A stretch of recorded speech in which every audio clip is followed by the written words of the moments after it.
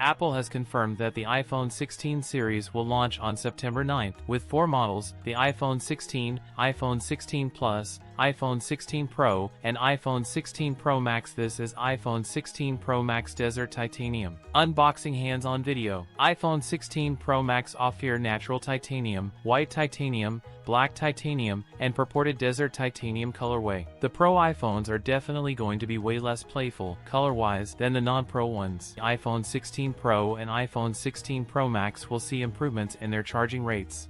The iPhone 16 Pro and iPhone 16 Pro Max are apparently going to support 40W wired charging and 20W MagSafe wireless charging. iPhone 16 Pro is expected to sport a 6.3-inch display, which would be bigger than the 6.1-inch screen on the iPhone 15 Pro. Leak seems iPhone 16 Pro Max dummy compared to real iPhone 15 Pro Max. The pictures confirm the initial leak and the rumored action button on the side. This will be a mechanical button with a capacitive surface that mimics the soft shutter buttons found on cameras. The iPhone 16 Pro is expected to get a new 48MP ultra-wide camera and a 12MP telephoto lens with 5x optical zoom. The iPhone 16 series will adopt a new A-series A18 chip, which will be built on the 3nm node like the A17 Pro. With iOS 18, and some of the cutting-edge generative AI features could be limited to the iPhone 16 models. The MagSafe alignment magnets in the iPhone 16 models may be slimmer than before, cutting down on the size of the magnetic ring required for MagSafe-compatible cases. It will be interesting to see what Apple brings around new with its upcoming iPhones.